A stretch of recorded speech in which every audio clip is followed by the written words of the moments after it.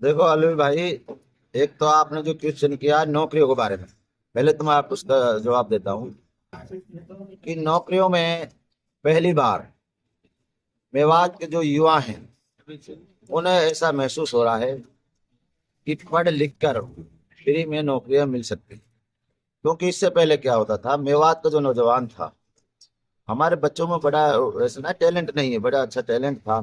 वो पढ़ते थे, मेहनत करते थे, लेकिन जब नौकरियों के नाम, जब वो टेस्ट देने वगैरह जाते थे तो उन्हें नौकरी नहीं मिल पाती थी। तो 2014 के बाद में मेवात से हर गांव से, कोई गांव ऐसा नहीं है जिस गांव से कोई बच्चा नौकरी नहीं लगा हो। बशर्ते है कि वो बच्चा पढ़ने लिखने वाला हो, इंटेलिजेंट हो, टैलेंट हो, मेहनत करता हो, और बिगड़ पर्ची और बिगड़ खर्ची किसी को एक मिठाई का डिब्बा देने की जरूरत नहीं है।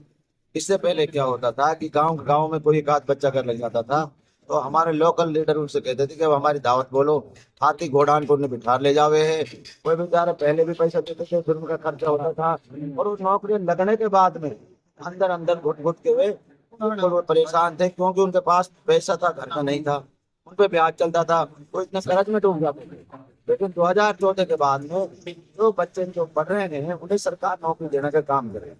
प्रमुख साहब, आरोप लगते हैं कि भाजपा सरकार ने पिछले 10 साल में मेवात में कुछ नहीं किया। क्या कहेंगे इसके बारे में, इन आरोपों के बारे में क्या कहेंगे? देखो भाई, विपक्ष का काम होता है आरोप लगाने का। विपक्ष को पता होता है कि दो और दो चार होते हैं, लेकिन वो पांच गिनते हैं। तो तुमको पता है दो और दो चार होते हैं। जैसा कि मैंने अभी आपको बताया कि हम मेवात से हमारा कोई विधायक नहीं, फिर भी हमारे जो प्रदेश के माननीय मुख्यमंत्री हैं आदरणीय नवाब सिंह सैनी जी, जिस तरह 22 जिलों में काम चल रहा है, उसी तरह मेवात में बराबर का काम चल रहा है। उसका आपके सामने मैं उदाहरण बैठा हूँ कि मेवात के हर गांव में आज विकास के काम चल रहे हैं। कोई गांव ऐसा नहीं जहाँ विकास काम चल रहा है। कोई कहीं भी ऐसा व्यवहार नहीं हो रहा कि मेवात कहीं पिछड़ा हुआ है। हर गांव में काम चल रहे हैं, बराबर की नौकरी मिल रही है, अच्छे बम्बई जैसे एक्सप्रेस रोड दिए हैं, आयुष्मान कार्ड दिया है। कोई कमी ना है मेवात के बारे में, कोई ऐसी सोच ना है सरकार की कि मेवात कहीं पिछड़ा। पहली बार देखा गया है कि इस बार विकास में सरकार की जो जिला परिषद है उसके माध्यम से बड़े विकास कराए गए। क्या अब तक कितना हम विकास कार्य कराए जा चुके हैं, किन किन काम कर रहे हैं, क्या कहेंगे? देखो, मैं 2010 में पहली बार डिस्ट्रिक्ट काउंसलर बना, फिर आप लोगों की दुआ से 16 में बना, 22 में मुझे पार्टी ने टिकट दिया, और टिकट पे जब मैं सिंबल पर पार्षद बना, तो हमारे प्रदेश के जो पहले पूर्व में मुख्यमंत्री रहे, आजकल जो सेंटर में ऊर्जा मंत्री हैं, हमारे उस टाइम प्रदेश अध्यक्ष थे धनखड़ जी, उन्होंने मुझे चेयरमैन बनने का मौका दिया। तो पार्टी का पूरा आशीर्वाद है। अब तक लगभग हम 60 करोड़ रुपए और 15 करोड़ लगभग अब आ रहे हैं हमारे पास, 75 करोड़ रुपए हम जिला मेवात में खर्च कर चुके हैं। और काम, एक काम नहीं करा रहे जिला परिषद से हम।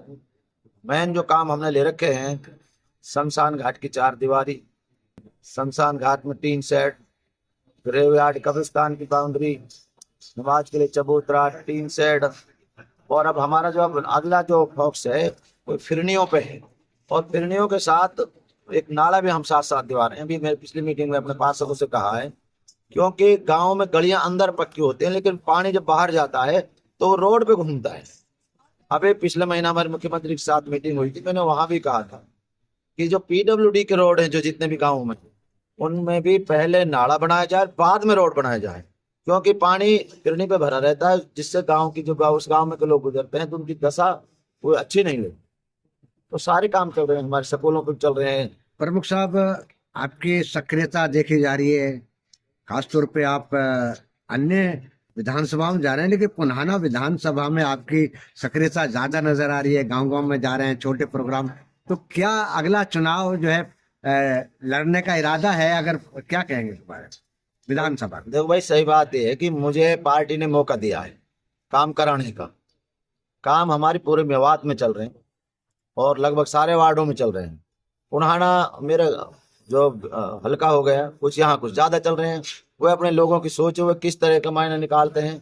हमारी सोच है कि इलेक्शन होंगे 2029 में, लेकिन हमारी अपने ऐसी सोच है कि हम पूरे मेवात में काम कराएं। जब पार्टी सरकार जब बजट दे रही है तो उसका सही उपयोग हो। इससे पहले मैं नहीं कह सकता पिछले प्लान में क्या हुआ, पिछले योजना में क्या हुआ।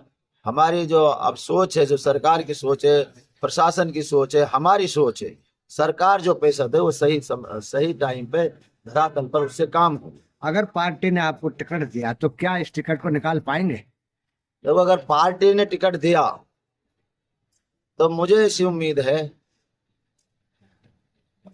कि 2029 में ये पुराना ही पुराना नहीं, हम ये तीनों सीटें पार्टी को देने का काम करेंगे। कारण क्यों मानते हैं, तीनों सीटों की बात कर रहे हैं, आखिर ऐसा क्या मानते हैं जो पार्टी ने सरकार ने किया हो या भाजपा ने किया हो, ऐसा क्या वजूद मानते हैं? इनका मेन कारण तो ये है जो सरकार ने जो बिगर पर्चे और बिगर खर्चे, जो सरकार ने जो नौकरी दी है, इससे पहले क्या होता था कि जिस जिला का जो वह मुख्यमंत्री बनता था वह अपने इर्द गिर्द ज्यादा नौकरी देता था मुख्यमंत्री, वह आपके सामने आप सब कुछ जानते हो। लेकिन 2014 से जब हमारी पार्टी की सरकार हरियाणा प्रदेश में बनी, पूरे हरियाणा प्रदेश में समान नौकरियां मिल रही हैं। जो कोई बच्चा जो पढ़ रहा है तो सरकार उन्हें नौकरी देने का काम कर रही है। सबसे मेन कारण तो ये है, आप देखिए एक साकरस गांव में 3 भाई एक साथ नौकरियां लगी। मेरा ऐसा मानना है, अगर मैं मंत्री होता मैं भी 3 भाइयों को नहीं लगा सकता था। और हर लिस्ट में आप इलाहाबाद के गांव का एक लड़का है, वो मुझे बता रहा था एक दिन, उसके मेरे ख्याल से छठी ज्वाइनिंग। तो ये जो कारण है, उसके अलावा विकास के काम बराबर के चल रहे हैं। बॉम्बे जैसा हमें एक्सप्रेस भी दिया है, आयुष्मान कार्ड दिया है। काम तो भाई साहब इतने हैं साहब जो मेवात में हो रहे हैं, उन्हें अगर मैं गिनाने बैठूं तो कल सुबह से शाम हो जाएगी, शाम से सुबह हो जाएगी।